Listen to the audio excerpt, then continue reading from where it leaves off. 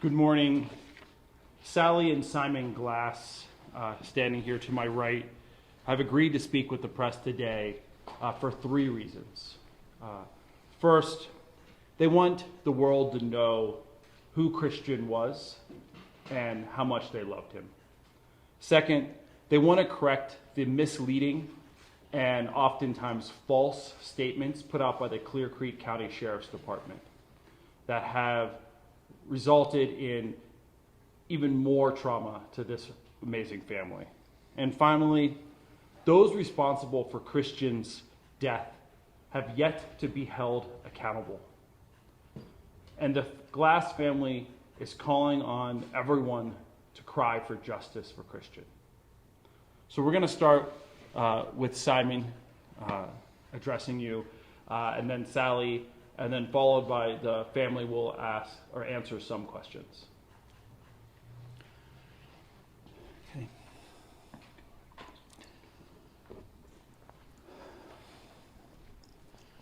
Christian was my only son.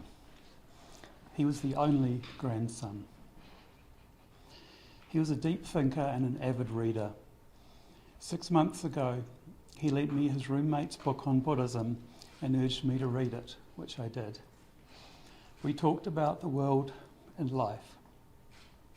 I lent him my 3D printer, and he made a lot of models I cherish, and I cherish a small plastic Beethoven bust he made for me, just somewhere around. He was always on my mind.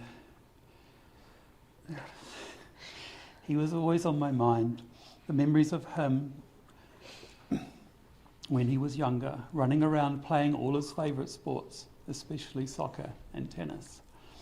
Building the arcade machine with him from scratch so that we could play all those old favourites that I remember. Making burgers together, seeing how much we could ram into one bun. I miss him so much. It's so unfair. Christian was only 22 when his life was taken from him. He was stuck on a small pile of rocks on the side of the road and called 911 for help. It was dark and he was really worried. He trusted the police to come and help him. Instead, they attacked and killed him. The killer shot Christian 5 times just to make sure. I've lost countless hours of sleep to the nightmares. It makes me sick. The officer that killed Christian showed a callous disregard for human life. He was a bully. Yet that bully is apparently back on the street and still serves today. Others on the scene failed to intervene to save Christian from the relentless assault.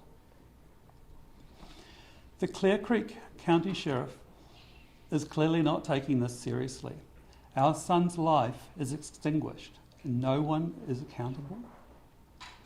What are other Colorado parents supposed to think? Might their son or daughter be next? The sheriff issued a press release at the time. We recently found out that it was false in almost every respect. Still, it did the job. It cast a pall over the funeral, a grotesque act of cruelty. This inexcusable account is still not corrected to this day. How can we trust the police to serve and protect with leadership like that? It has now been 3 months since Christian's killing. We have been more than patient. We have made no public statement before now. Christian's killing is a stain on Clear Creek County and on Colorado. It was a murder by a Colorado official. It cannot stand. It is not right. Christian was a gentle and polite boy. He worried a lot about what other people thought of him. I am very proud of what he did within his short life. He has left us with a million memories and a self-portrait that we will cherish forever. I must now spend the rest of my life trying to recover from this appalling, crushing loss.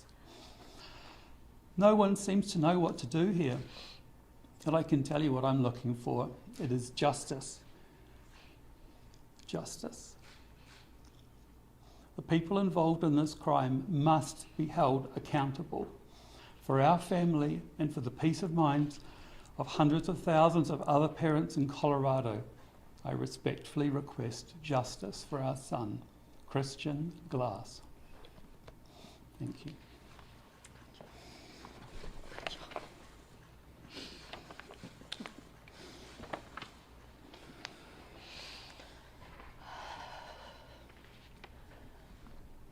Our dear son had his life taken by Officer Andrew Bjorn on the night of June 10th.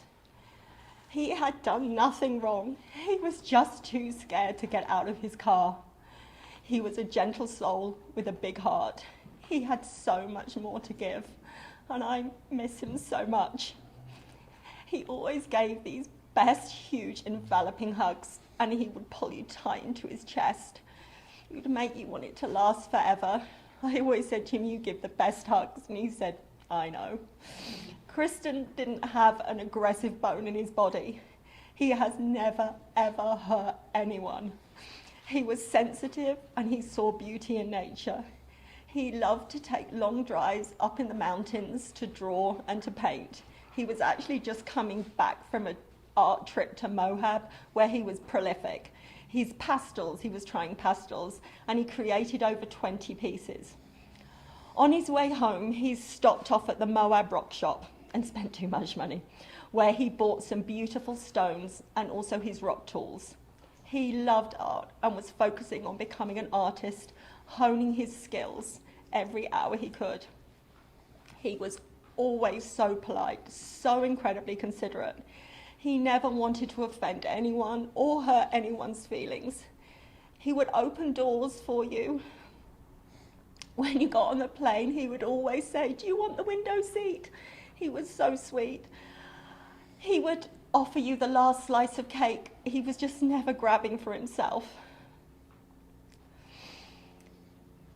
This is the pendant that was in his car, which was totally and utterly trashed when my friends retrieved it for me. And it's Mary and Jesus. And on the back it actually is inscribed, "Pray for us." And I have to say, we have to pray for us. We have to pray for us in America to make this a less violent country. I think a lot of people now would agree that there's a systemic problem with policing. It's too aggressive. They escalate at every opportunity.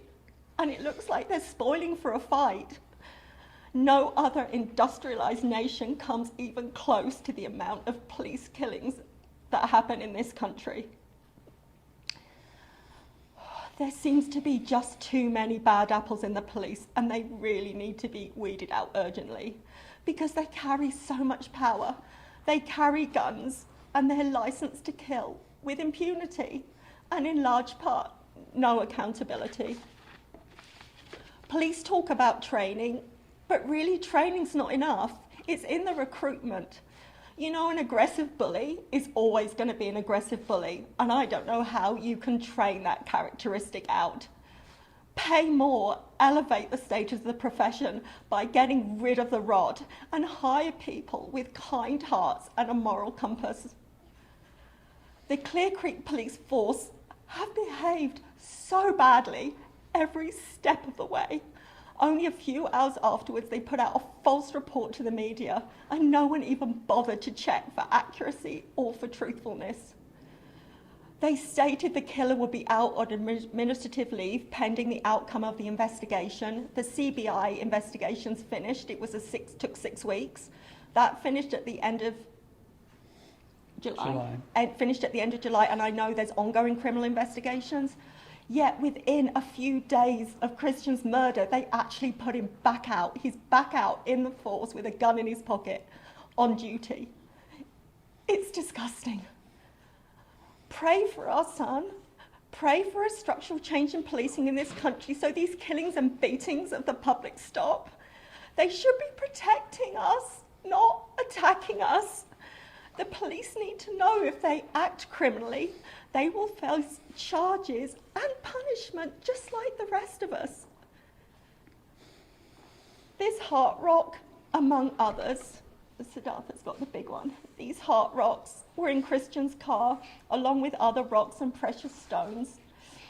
He just wished the world was more gentle and kind. He actually offered to throw his rock knives and his tools out of the window so they wouldn't be worried.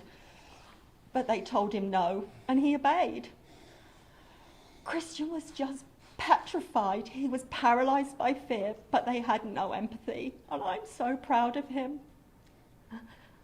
And you know, there's a hole in my heart, and it will be there till the day I die. And what keeps me upright, and what keeps me putting one foot in front of the other, is to seek justice, and really to get that arsehole behind bars.